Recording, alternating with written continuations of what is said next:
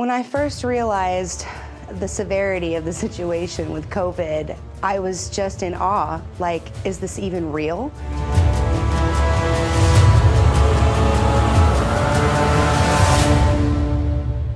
My name is Jamie and I'm an ER nurse.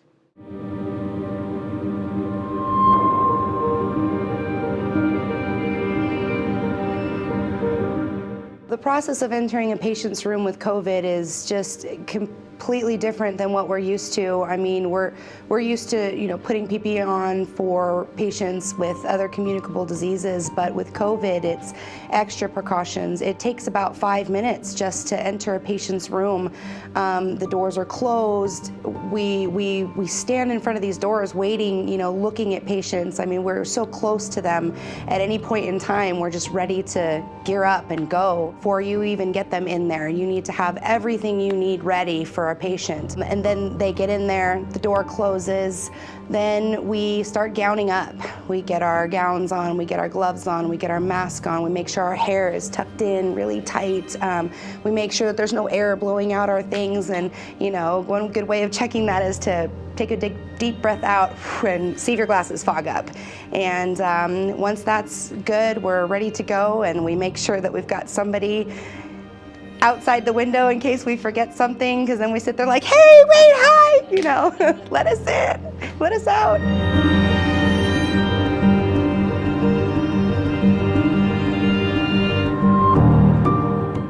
God forbid you have more than one COVID rule out, because then it seems like half your day is spent gearing up to take care of these patients, and that's our job, is to take care of patients. And it's really important that we get there in time if they start desatting, or if they start having difficulty, or if they if their probe falls off and we can't monitor them. We need to get in there quickly. And so to put the booties on, and to put the gown on, and to put the gloves on, double gloves, because you have to unglove in order to take off your gown, and then you have your clean gloves. These are all things that become second nature after a while, but at first it was, really tedious. Like, which one do I do first? Then comes your mask, then comes your goggles, then comes your face shield, hair tucked. It's a lot.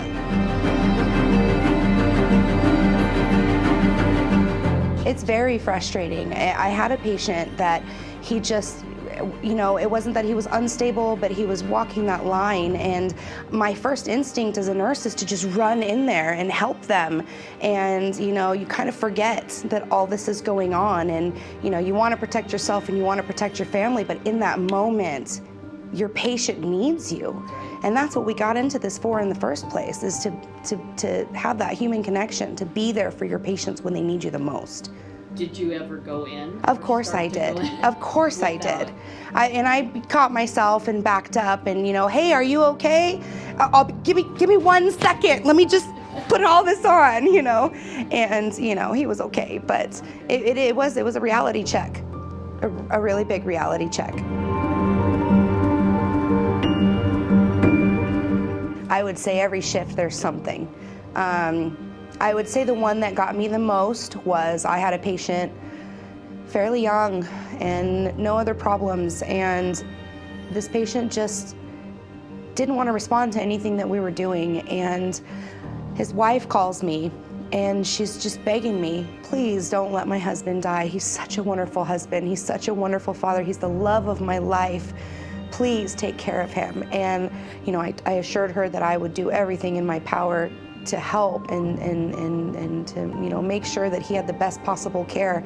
But man, when I hung up that phone, I just lost it. I mean, because I can't imagine what it would feel like. And all of us nurses, we get it, we understand, and we're trying to be that family for these patients that don't have family there with them. She told me, you make sure you tell him, name, suck it the freak up and get your butt home. So of course I walked in there and I said, hey, your wife said to suck it the freak up and get your butt home. So my coworker saw me losing my ever-loving mind. I was on my way to the storage room, because that's where we cry if we need to cry. And she just comes in there and she just embraces me full bore, and just is like, I know we're not supposed to hug, but give me a hug, girl. And we just sat there both crying, and I told her what was happening, and we just sat there crying in the storage room. And then we sucked it up and we went back out and we did it all again. But man, if it wasn't for my coworkers, I don't think that we could get through the days. It's such a family down there, and we all understand that it is hard on not just one of us, but all of us. And we really try to be there for each other.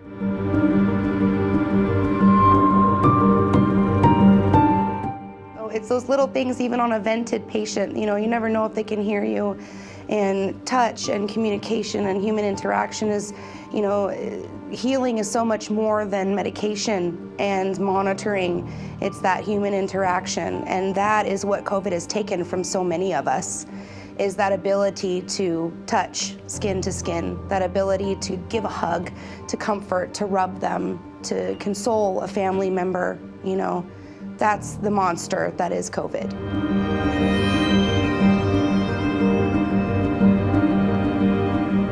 So this has affected my entire family, from my grandmother to my youngest child. I haven't hugged my grandmother in a month and a half because I don't want to give it to her. But not once have I ever thought of leaving this profession, because what you get by putting into people and seeing people get better and giving people what they need to stay alive for their family outweighs a hug from grandma sometimes. She calls me and we talk, and I'm blessed that my family has made it safely through all of this. I pretty much strip down outside my house and nothing goes in my house and nobody touches me. Stop, don't touch mom. And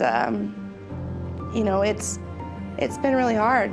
It's uprooted every one of us. I even thought about staying in my motorhome. But I refuse to give in to fear, and we have every measurement in place that we can possibly have. And I feel like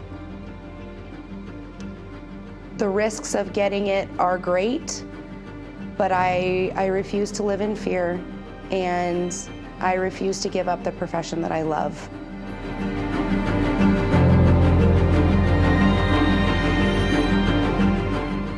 What I think people need to know, coming from an ER nurse, is that this is a community effort, and everybody needs to take small measures. Whether you agree with this or you agree with that, what really comes down to is we are all in this together.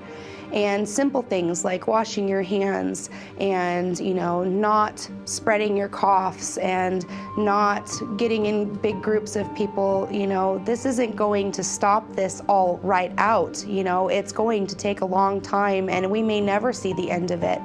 But the same thing that goes for COVID goes for the flu. And if we could all get on the same page and just keep our germies to ourselves, then we could stop not just COVID, but the flu and all these other things that kill many people. But I'd like to also emphasize, that diet and exercise and nutrition are key. Vitamin C and zinc and getting fresh air and drinking plenty of water and taking good care of your body. Your body has all the wonderful things that it needs to fight any infection. We are miraculous beings, and if we take care of our body, we're way less likely to fall down that COVID rabbit hole.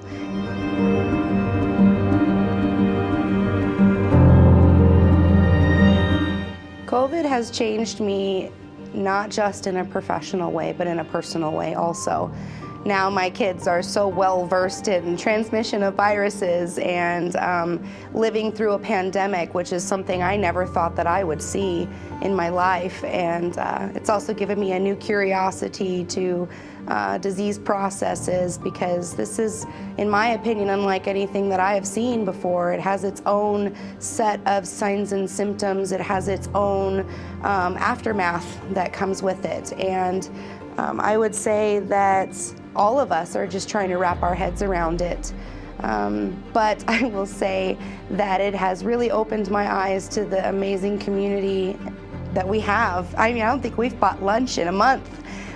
Just the love that we get. People are making us masks. We were complaining about how bad our faces were hurting and our ears were hurting, and somebody took the time to crochet this little button, and it literally just goes around like this, and you hook in your mask, and your ears are saved for the rest of the day. And it's just little things like that that just make you realize that people really are good and people really do want to do the good thing. And when times are tough, people really do band together. We've had everything from masks to hats to these to food. I mean, love notes, cards, thank you for your service. And really, I just want to thank them because it's hard what we're doing and it's hard what we're dealing with. And I'm super thankful to all the love that has been outpoured onto us by our community.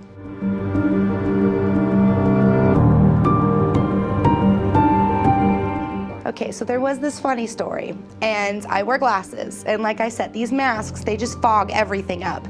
And so I go in this COVID room and I do ultrasound guided IVs. So I've got my big old machine and I've got all my stuff, and I walk in and I'm ready to go, and I go in there and he is just hacking. Bleh, and I'm moving and and I can't get anything. And I'm like, okay, wait, don't move. And right then I start getting really hot and the sweat starts beating down my back and my glasses are fogged and my face shield is fogged and I've got this little tiny spot out my windshield or whatever it is.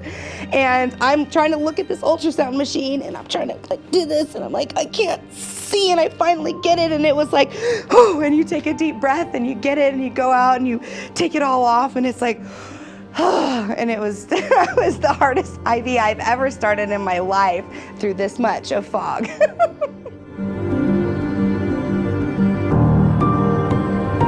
We will get through this together. We will, because people are good. Because people want to do the right thing.